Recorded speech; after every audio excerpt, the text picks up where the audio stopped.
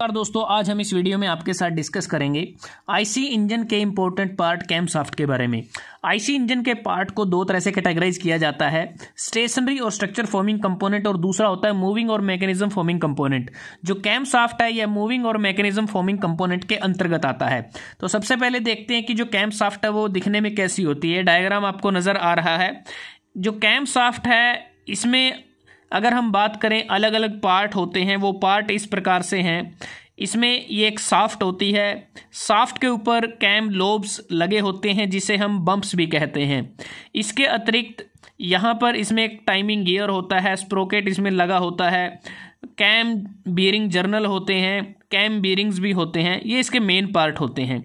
और cam shaft को हम कास्टिंग के द्वारा भी बना सकते हैं, फोर्जिंग के द्वारा भी इसको बनाया जा सकता है, और लेथ या मिलिंग मशीन पर मशीनिंग करके भी कैम शाफ्ट को मैन्युफैक्चर किया जा सकता है। इसको बनाने के लिए जो मटेरियल हम इस्तेमाल करते हैं वो कास्ट आयरन हो सकता है, फोर्ज्ड स्टील हो सकता है। तो अब बात करते हैं कि जो कैम शाफ्ट है इसे किस लिए यूज किया जाता है। एक प्रकार से जो कैम शाफ्ट है ये हमारा रोटेटिंग पार्ट होता है, ये रोटेट करता है, और इसका मेन कार्य रहता है कि जो इनलेट और जो एग्जॉस्ट वाल्व होते हैं उसको प्रॉपर टाइम पर ओपन करना या फिर क्लोज करना, ये कैम शाफ्ट का मेन कार्य रहता है। ये सारा कार्य कैम लोब्स की मदद से किया जाता है। अब बात करते हैं कि इसके जो फंक्शन है उसको तीन तरह से कैटेगराइज किया गया है। पहला फंक्शन होता है कि राइट टाइम पर सक्शन स्ट्रोक के दौरान जो इनलेट वाल्व होता है उसको ओपन करना, ताकि कंबशन चैम्बर में हवा, एयर या फिर एयर और फ्यूल का जो होमोजेनियस मिक्सचर है वो एंटर कर सके। दूसरा, एग्जॉस्ट स्ट्रोक के दौरान टाइमली एग्जॉस्ट वाल्व को ओपन करना, ताकि जो कंबशन चैम्बर में मौजूद बरंट एग्जॉस्ट गैसेज है वो एग्जिट कर जाएं। बाकी जो टाइम बचता है, जो कंप्रेशन या फिर एक्सपेंशन का टाइम होता है, उस दौरान इनलेट और आउटलेट वाल्व जो एग्जॉस्ट वाले हैं उनको क्लोज रखना। ये मेन कार्य कैम शाफ्ट के द्वारा किया जाता है।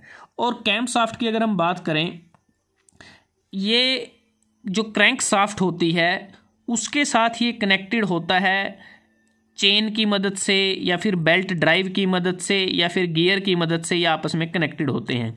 और जो क्रैंक शाफ्ट रोटेट करती है उस रोटरी मोशन को चैन ड्राइव की मदद से, स्प्रोकेट्स की मदद से कैम शाफ्ट में भेजा जाता है।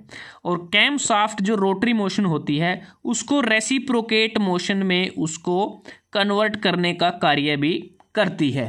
तो अब बात करते हैं कि जो अलग अलग पार्ट हैं कैम शाफ्ट के उनका क्या कार्य रहता है। सबसे पहले अगर हम बात करें जो कैम शाफ्ट में जो ये शाफ्ट होती है, शाफ्ट एक प्रकार से सपोर्टिंग स्ट्रक्चर का कार्य करती है, और जो इंजन रनिंग के दौरान जो भी फटीक लोड होते हैं उसको बियर करने का कार्य भी यह करती है।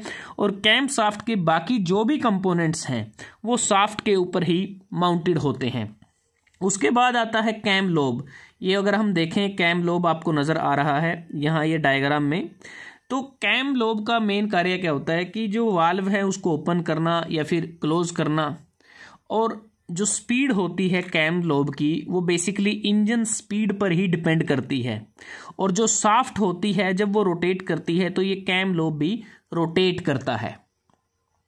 और जो वाल्व्स होते हैं उसको ये पुश करता है, किसके माध्यम से अगर आप देखें तो यहाँ पर जब वाल्व ओपन होता है और इसका जो ये वाला जो पोर्शन है, तो जब ये ऊपर होगा, ये वाली जो नोब है, तो उस दौरान लिफ्टर, पुश रोड और रोकर आर्म की मदद से जो वाल्व है वो ओपन हो जाता है।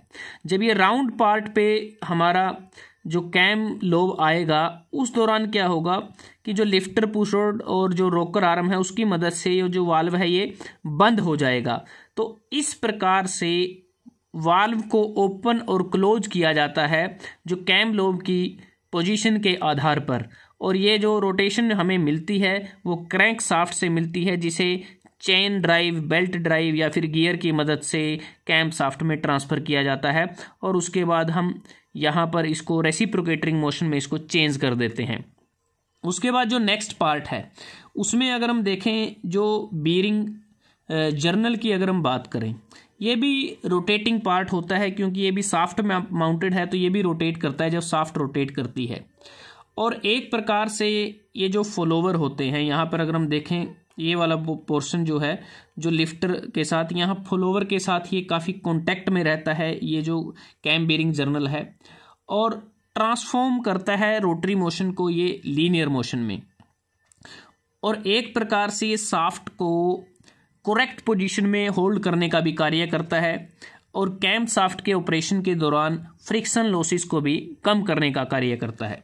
उसके बाद बात करते हैं कैम बेरिंग या बेरिंग सेल की। अगर हम बात करें, ये जो बेरिंग जर्नल होता है एक प्रकार से ये इसके ऊपर ही माउंट होता है, और जो कैम शाफ्ट की जो रोटेशन है उसको स्मूथ करने में मदद करता है और प्रोटेक्ट करता है। जब कई बार क्या होता है कि जो इंजन फेलियर हो जाता है तो उस दौरान वियर एंड टियर को भी ये प्रोटेक्ट करने में मदद करता है। तो उसके बाद अगर हम बात करें, एक होती है थ्रस्ट प्लेट जो यहाँ पर साइड में लगी होती है, ये आप देख सकते हैं इस टाइप से। जो थ्रस्ट प्लेट बेसिकली सपोर्ट करती है जो रियर ऑफ द इंजन है, जो पीछे की जो साइड होती है वहाँ उसको वो सपोर्ट करने का काम करती है। और ये जो कैम होती है और जो टाइमिंग गियर होता है, जो टाइमिंग गियर है और जो कैम है उसके बीच में ये एक प्रकार से लगी होती है, और फ्रंट कवर पर ये माउंटेड होती है जो फ्रंट कवर होता है। अब बात करते हैं कि जो क्रैंक शाफ्ट है वो कितने टाइप की होती है। क्रैंक शाफ्ट बेसिकली दो टाइप की होती है। एक होता है SOHC जिसका मतलब है single overhead crank shaft, DOHC जिसका मतलब है डबल ओवरहेड क्रैंक शाफ्ट। तो सिंगल का मतलब जैसे नाम से ही पता चलता है, इस केस में सिर्फ एक ही कैम शाफ्ट का हम इस्तेमाल करते हैं, और उस कैम शाफ्ट के द्वारा ही जो इनलेट और एग्जॉस्ट जो वाल्व हैं उन दोनों को कंट्रोल किया जाता है या ऑपरेट किया जाता है। और जो DOHC है डबल ओवरहेड क्रैंक शाफ्ट, इस केस में हम दो कैम शाफ्ट का इस्तेमाल करते हैं। एक कैम शाफ्ट पर इनलेट वाल्व को ऑपरेट किया जाता है, दूसरी कैम शाफ्ट पर एग्जॉस्ट वाल्व को ऑपरेट किया जाता है। तो अब बात आती है कि कैसे ये एक दूसरे से अलग हैं।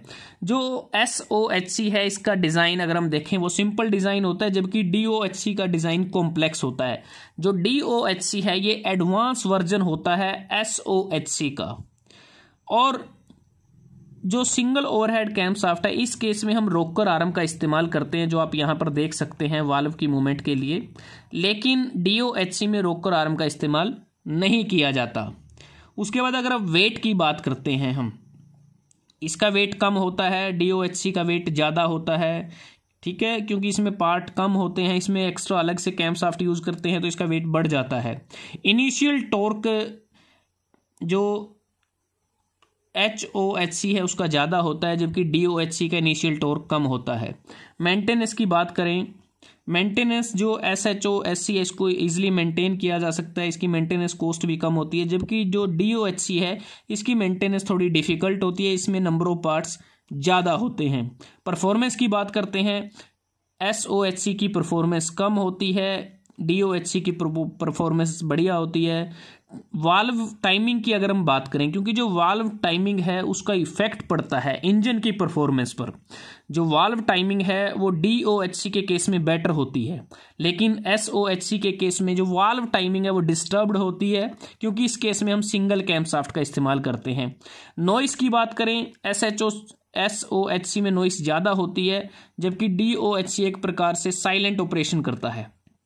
एयर फ्लो की अगर हम बात करते हैं, एयर फ्लो DOHC में ज़्यादा होता है SOHC के कंपैरिजन में। अगर ओवरऑल कॉस्ट की बात करते हैं, SOHC की कॉस्ट कम होती है और DOHC की कॉस्ट ज़्यादा होती है।